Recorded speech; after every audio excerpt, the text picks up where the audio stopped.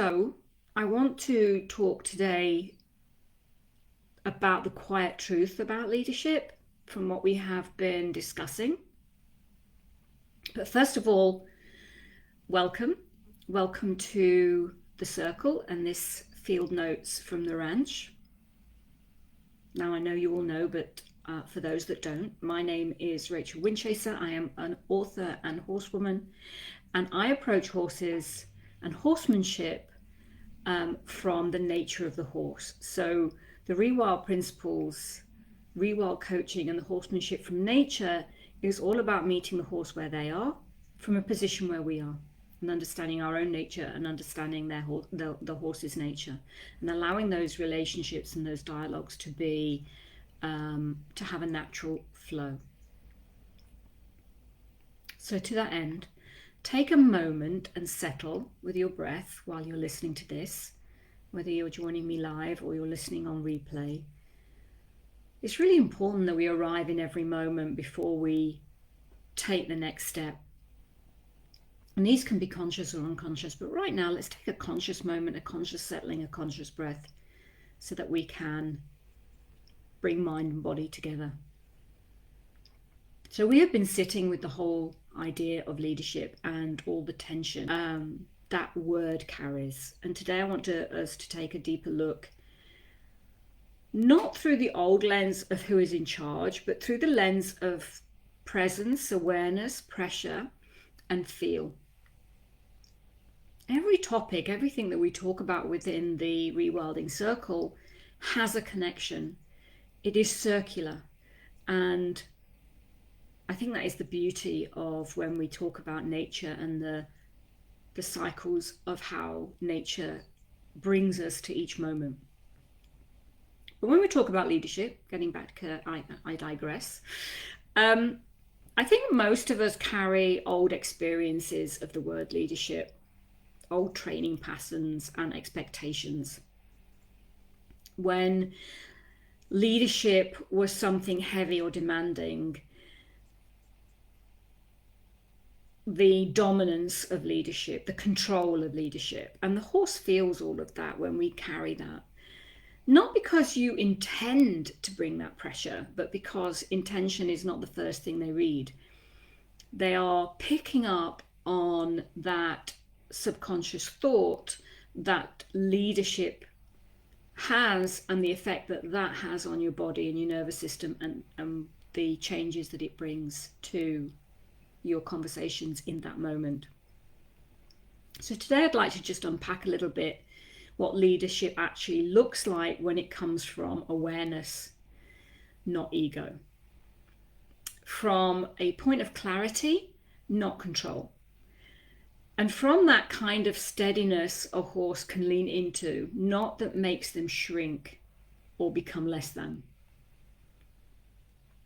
So the old myth that still lives in the body is when we hear the word leadership and we imagine leading from the front, head high, shoulders firm, direction decided, and the horse is expected to fall in behind.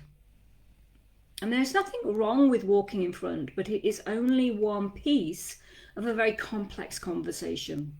And for many horses, it is the piece that carries the most history and the most pressure. Some of you shared this week that the word leadership lands in your stomach or makes your chest tighten a little, and that is important. That tells you there is a story attached to the word. Something old that was taught to you rather than something that grew from your own experience with horses. And this is why we are exploring it differently. Leadership begins inside you before it ever reaches the horse. And what we think leadership means and what our body actually does in the moment are two very different things. You can tell yourself to stay calm and clear, but if your breath shortens and your weight rises, then the horse is going to notice that truth.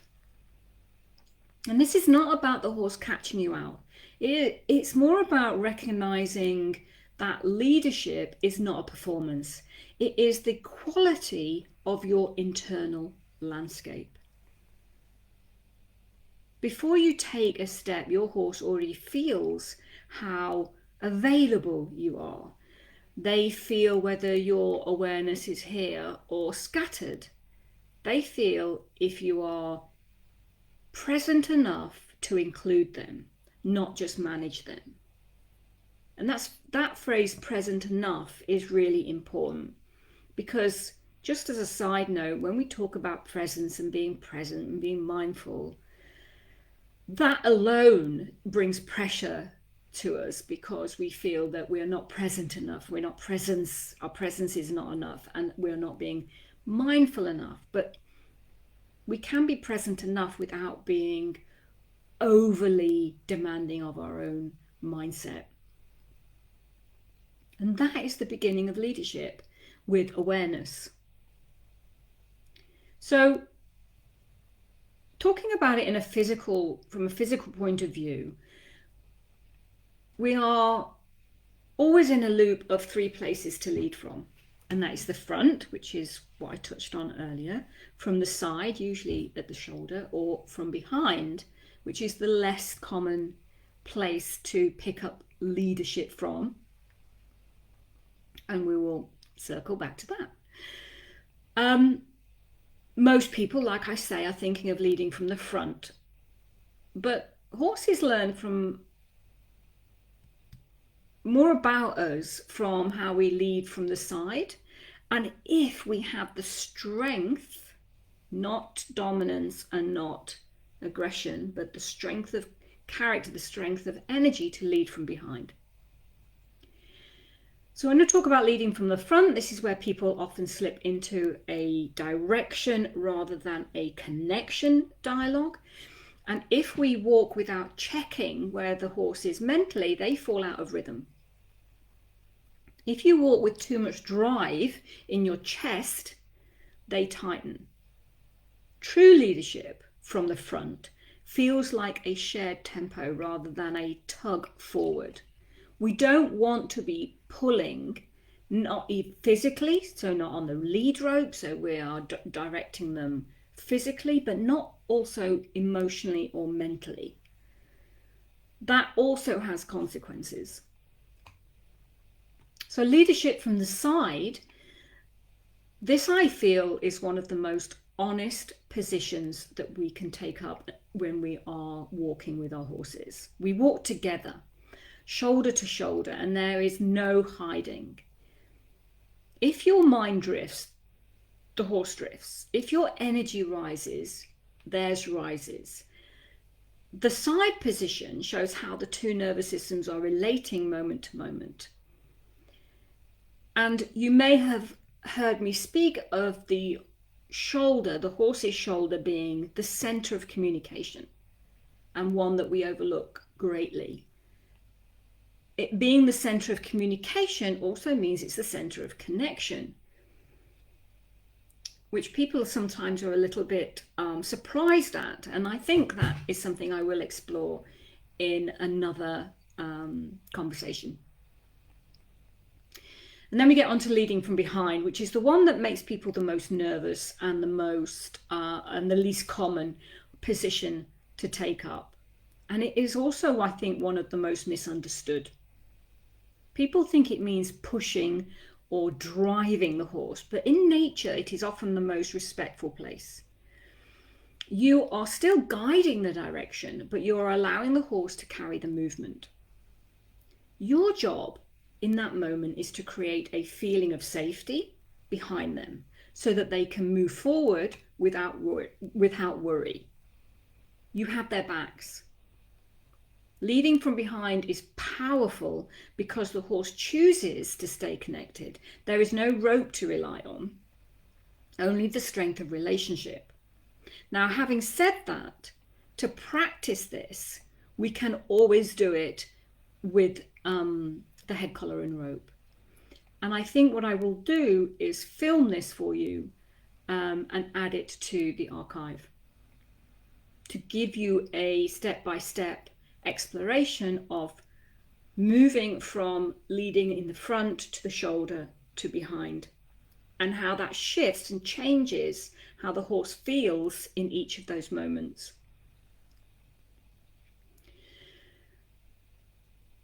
Now, where leadership breaks down is at the moment your awareness leaves your body.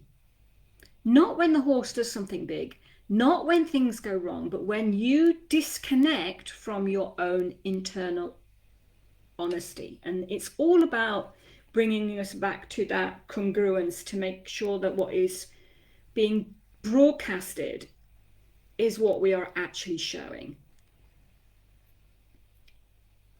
Is the news matching the headlines, if you like?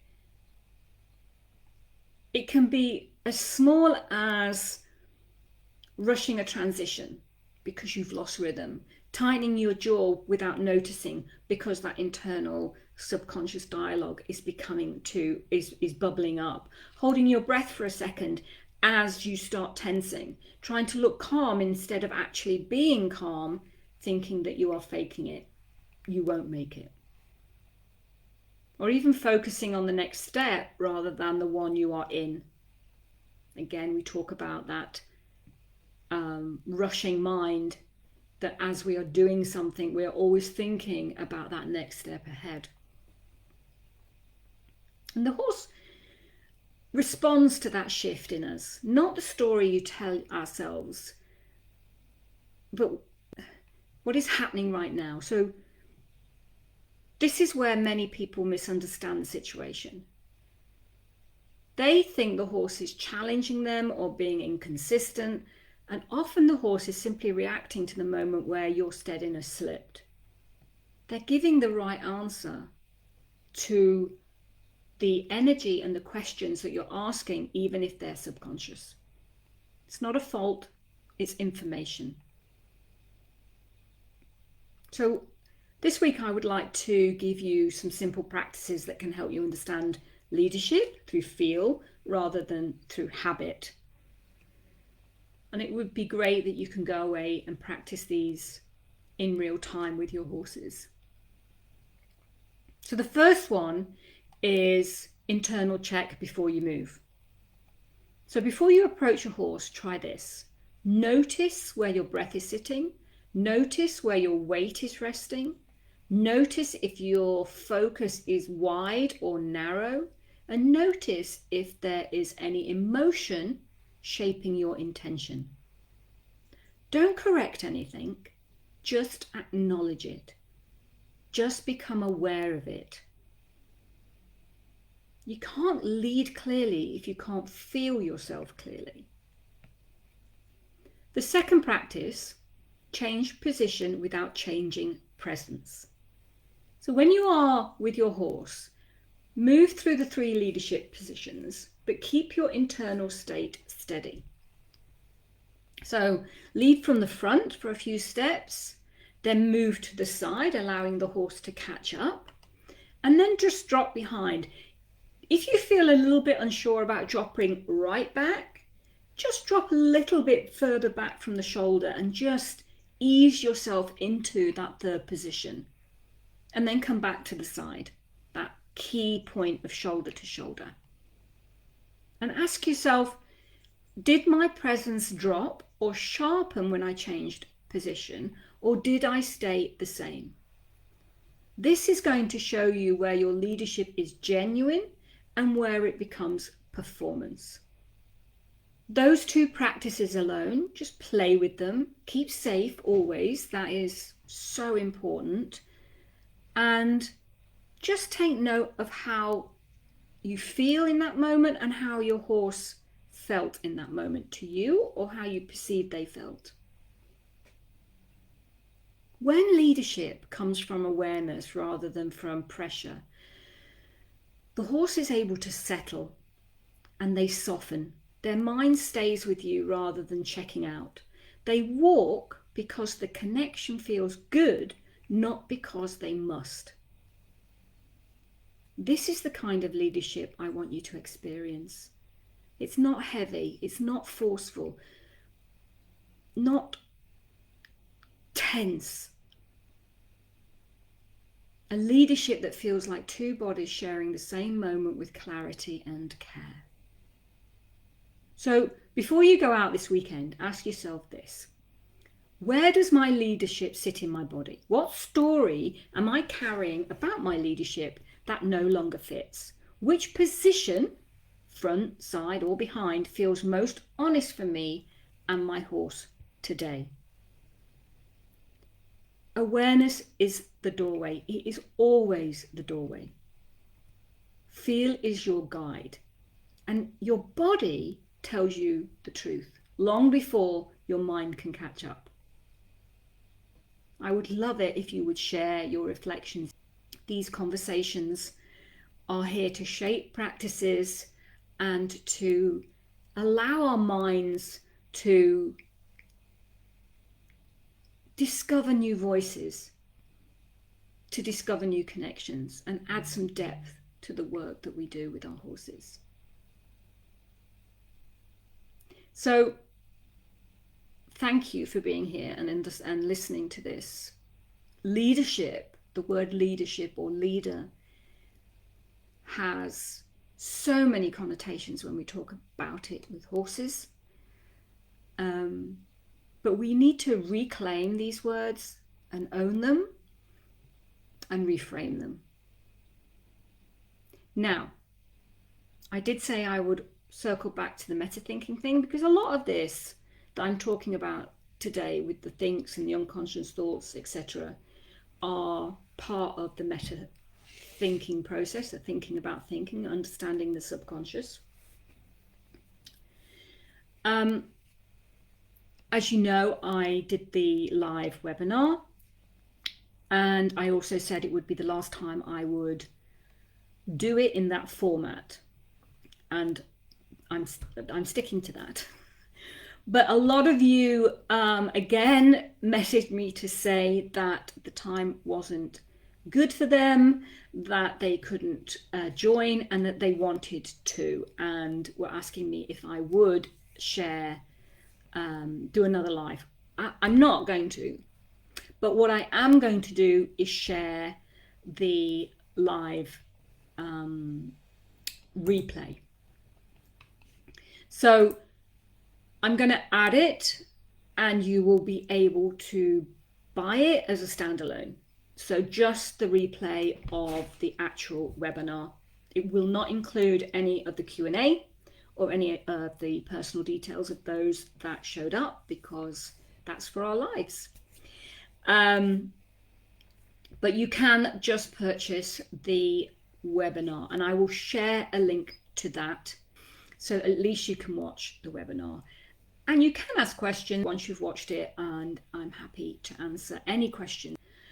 I think that's all I have today.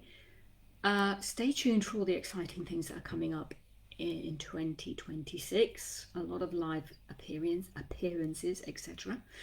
I'm feeling very excited about that.